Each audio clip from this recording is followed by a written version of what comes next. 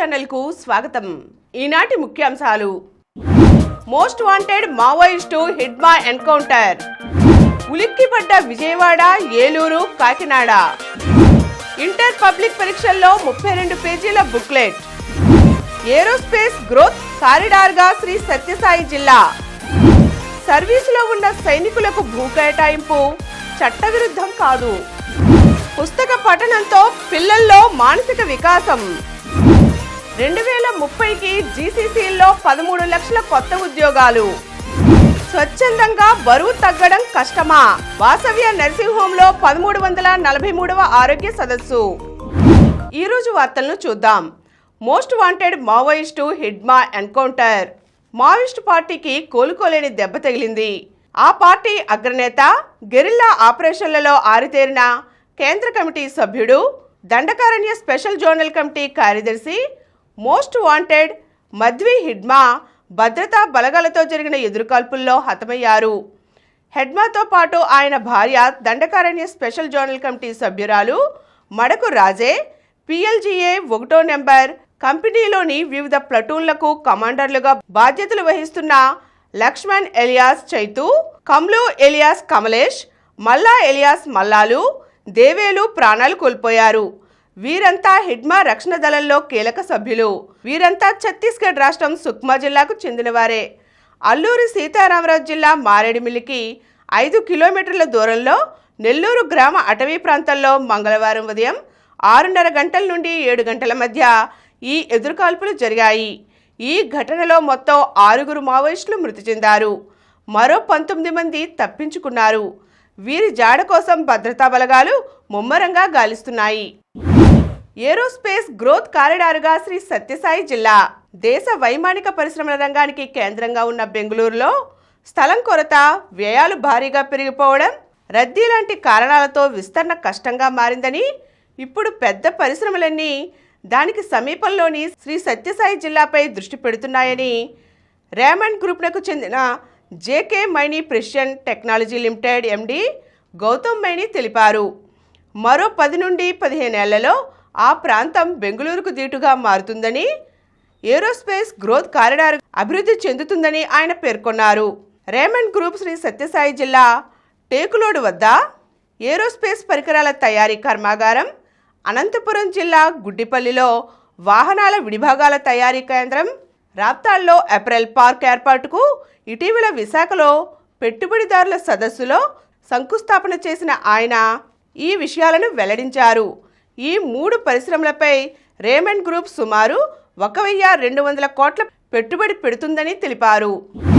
Inter public పరీక్షల్లో 32 పేజీల booklet. Intermediate public పరీక్షల్లో మొదటి సంవత్సరం విద్యార్థులకు 32 పేజీల సమాధాన పత్రాల బుక్లెట్ ఇవ్వనున్నారు. ఈ ఏడాది ఫస్ట్ ఇయర్లో జాతీయ విద్యా పరిశోధన శిక్షణా మండలి సిలబస్ను అమలు చేయడంతో పాటుగా ప్రశ్నాపత్రాలను మార్చారు. తొలిసారి 1 మార్కు ప్రశ్నలను ప్రవేశపెట్టారు. ఫలితంగా ప్రశ్నల సంఖ్య పెరిగింది. గణితంలో గతంలో 150 మార్కులకు 2 పేపర్లు ఉండగా ఈసారి 100 మార్కులకు 1 పేపర్ తీసుకువచ్చారు. భౌతిక రసాయన శాస్త్రాల సబ్జెక్టుల్లో 85 మార్కులకు పరీక్ష ఉంటుంది. దీంతో సమాధానాల బుక్లెట్ పేజీలను పెంచారు. ఇప్పటి వరకు 24 పేజీల బుక్లెట్ను ఇచ్చేవారు. ఇక నుంచి 32 పేజీలను ఇస్తారు. ఉలిక్కిపడ్డ విజయవాడ, ఏలూరు, కాకినాడ. ఛత్తీస్గఢ్లోని దండకారణ్యంలో బలగాల ముమ్మర కూంబింగ్, విస్తృత దాడులతో కకావికలమైన మావోయిస్టులు మైదాన ప్రాంతాలకు వచ్చి తలదాచుకుంటున్నారు. వారిలో కొందరు విజయవాడ, ఏలూరు, కాకినాడ సహా వివిధ ప్రాంతాల్లో ఉంటున్నారనే పక్కా సమాచారంతో ఏపీ పోలీసులు కొన్ని రోజులుగా నిఘా పెట్టారు. మంగళవారం నాడు ఏకకాలంలో దాడులు చేసి 50 మందిని అదుపులోకి తీసుకున్నారు. కృష్ణా జిల్లా కానూరులో 27 మంది, గన్నవరంలో 1, విజయవాడ రామవరపాడులో 4, ఏలూరులో 3 ప్రాంతాల్లో 15 మంది, కాకినాడలో 2, అంబేద్కర్ కోనసీమ జిల్లా సకినేటిపల్లిలో 1 పోలీసుల వల్ల చిక్కారు. దీంతో విజయవాడ, ఏలూరు, కాకినాడల్లో సంచలనం రేకెత్తింది. రామవరపాడులో చిక్కిన 4లో 1 మావోయిస్ట్ అగ్రనేత అని సమాచారం. అయితే పోలీసులు దీన్ని ధృవీకరించడం లేదు. ఆయనతో పాటు రామవరపాడులో పట్టుబడిన వారు అక్కడే 3 నెలలుగా నివాసం ఉంటున్నట్లు సమాచారం. పుస్తక పఠనంతో పిల్లల్లో మానసిక వికాసం. మనిషి మెదడుకు పదును పెట్టే కేంద్రాలు గ్రంథాలయాలని, వీటిని సరిగా వినియోగించుకుంటే మంచి జీవన విధానానికి దారి చూపుతాయని, ప్రత్యేకించి పిల్లల్లో చురుకుదనంతో పాటు మానసిక వికాసం కలుగుతుందని ఎన్టీఆర్ హెల్త్ యూనివర్సిటీ రిజిస్ట్రార్ వి రాధికారెడ్డి అన్నారు. జాతీయ గ్రంథాలయ వారోత్సవాల సందర్భంగా మంగళవారం బెన్ సర్కిల్ సమీపంలోని సర్వోత్తమ గ్రంథాలయ ఆధ్వర్యంలో గ్రంథాలయ వారోత్సవ సభ నిర్వహించారు. వివిధ పోటీల్లో విజేతలకు రాధికారెడ్డి, సర్వోత్తమ గ్రంథాలయ అధ్యక్షుడు కామినేని పట్టాభిరామయ్య, రాష్ట్ర గ్రంథాలయ సంఘ ప్రధాన కార్యదర్శి రావి శారద బహుమతులు అందజేశారు. జీసీసీల్లో 13 లక్షల కొత్త ఉద్యోగాలు. కృత్రిమ మేధతో చాలామంది ఉద్యోగాలు పోతాయనే భయాందోళన అంతటా నెలకొన్న సమయంలోనే మన దేశంలో 1800కు పైగా గ్లోబల్ కేపబిలిటీ కేంద్రాల్లో ఏఏ నిపుణులకు అధిక ప్రాధాన్యం లభిస్తోంది. వీటిల్లో జీసీసీల్లో 21.6 లక్షల మంది నిపుణులు పనిచేస్తున్నారు.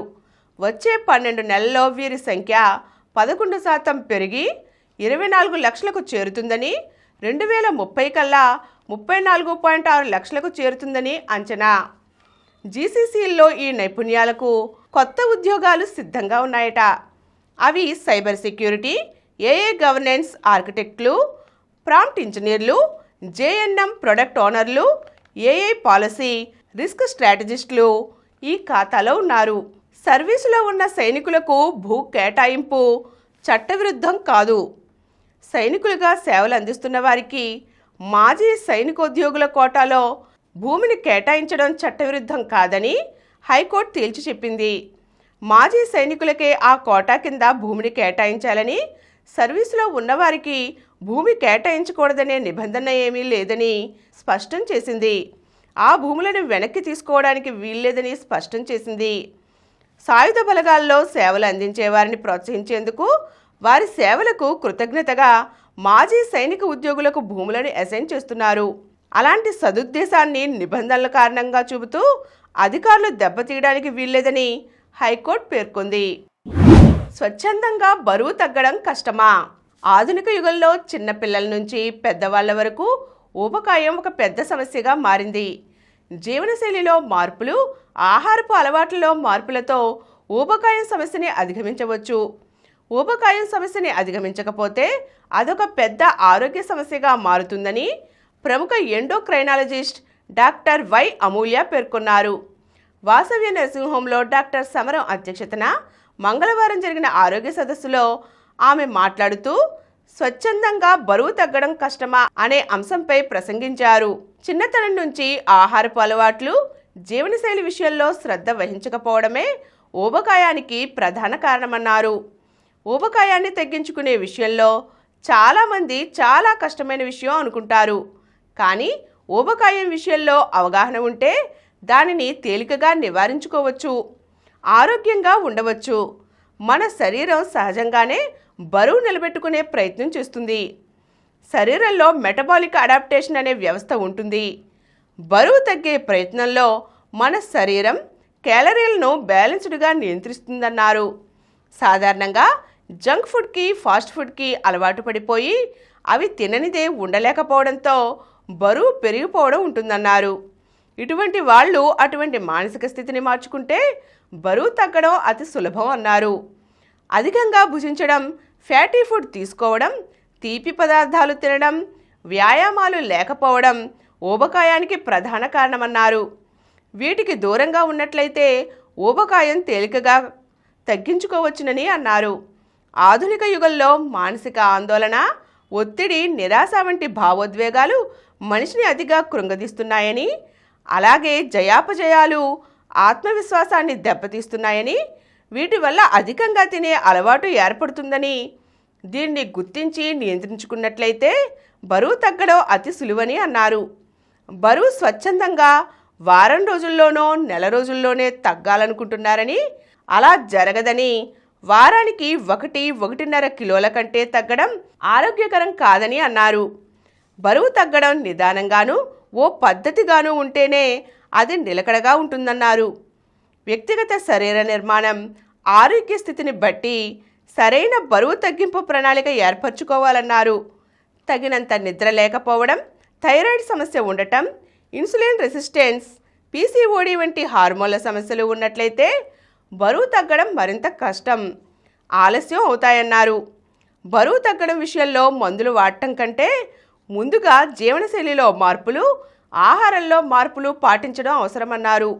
రోజుకి కనీసం అరగంట, గంట శారీరక వ్యాయామం, కూరగాయలు, ప్రోటీన్లు, తక్కువ షుగర్ ఉండే సమతుల ఆహారం తీసుకోవడం, రోజుకి 7 నుండి 8 గంటలు నిద్రపోవడం, భావోద్వేగాలను నియంత్రించుకోవడం, కుటుంబ సభ్యులతో చక్కగా సామరస్యంగా కబుర్లు చెప్పుకోవడం, వైద్య నిపుణుడి సలహా మేరకు డైట్, ఫిట్నెస్ ప్లాన్ పొందడం అవసరమన్నారు. స్వచ్ఛందంగా బరువు తగ్గడం కష్టమైనప్పటికీ నిరంతర పట్టుదల, సానుకూల దృక్పథం ఉంటే తప్పకుండా సాధ్యమేనన్నారు. ఊబకాయం నియంత్రణ విషయంలో ప్రతి ఒక్కరికి పూర్తి అవగాహన అవసరమన్నారు. ఇప్పుడు కొన్ని సంక్షిప్త వార్తలు చూద్దాం. అక్రమాస్తుల కేసులో రేపు సిబిఐ కోర్టుకు జగన్. 6 ఏళ్ల తర్వాత వ్యక్తిగతంగా కోర్టు ముందుకు. రాష్ట్రానికి 3 జాతీయ జల పురస్కారాలు. 6 జాతీయ జల పురస్కారాలలో ఆంధ్రప్రదేశ్ 3ంటిని దక్కించుకుంది. మంగళవారం ఢిల్లీలోని విజ్ఞాన్ భవన్లో కేంద్ర జలశక్తి మంత్రిత్వ శాఖ ఆధ్వర్యంలో ఏర్పాటు చేసిన కార్యక్రమంలో 6 జాతీయ జల పురస్కారాలు, జల్ సంచయ్ జన్ భాగీదారీ అవార్డులను రాష్ట్రపతి ద్రౌపది ముర్ము ప్రదానం చేశారు. ప్రపంచ ఛాంపియన్కు ప్రీతి షాక్. ప్రపంచ బాక్సింగ్ కప్లో భారత బాక్సర్ల హవా కొనసాగుతోంది.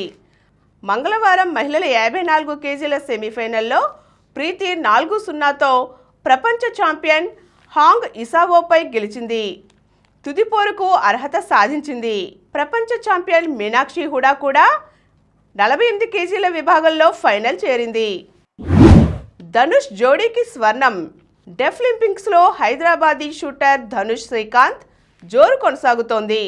వ్యక్తిగత విభాగంలో స్వర్ణం గెలిచిన అతడు మరో పసిడి పథకాన్ని ఖాతాలో వేసుకున్నాడు. మంగళవారం 10 మీటర్ల ఎయిర్ రైఫిల్ మిక్స్డ్ టీమ్ ఈవెంట్లో ధనుష్, మహిత్ సంధు జంట బంగారు పథకాన్ని సొంతం చేసుకున్నారు. టై బ్రేకర్కు అర్జున్ పోరు. చెస్ ప్రపంచ కప్లో భారత స్టార్ అర్జున్ ఇరిగేసి సెమీఫైనల్ చేరాలంటే టై బ్రేకర్లో సత్తా చాటక తప్పదు. వీఈతో క్వార్టర్ ఫైనల్లో వరుసగా 2వ గేమ్ను కూడా డ్రాగా ముగించిన అర్జున్ టై బ్రేకర్కు సిద్ధమయ్యాడు. సాత్విక్ జోడీ శుభారంభం. ఆస్ట్రేలియన్ ఓపెన్ ప్రపంచ టూర్ సూపర్ 500 టోర్నీలో భారత స్టార్ జోడీ సాత్విక్ సాయిరాజ్ చిరాగ్ శెట్టి శుభారంభం చేశారు.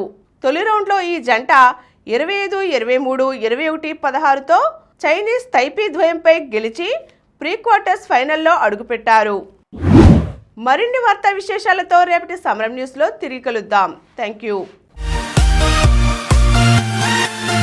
ప్రతిరోజు వార్తా విశేషాల కోసం అనతి కాలంలోనే 20 కోట్లకు పైగా వ్యూస్ సాధించిన సమరం ఛానల్ సమర్పించు సమరం న్యూస్ ఛానల్కు సబ్స్క్రైబ్ చేయండి, లైక్ చేయండి, మీ ఫ్రెండ్స్కి షేర్ చేయండి. అలాగే ప్రక్కనున్న గంట సింబల్ని ప్రెస్ చేయడం మర్చిపోకండి.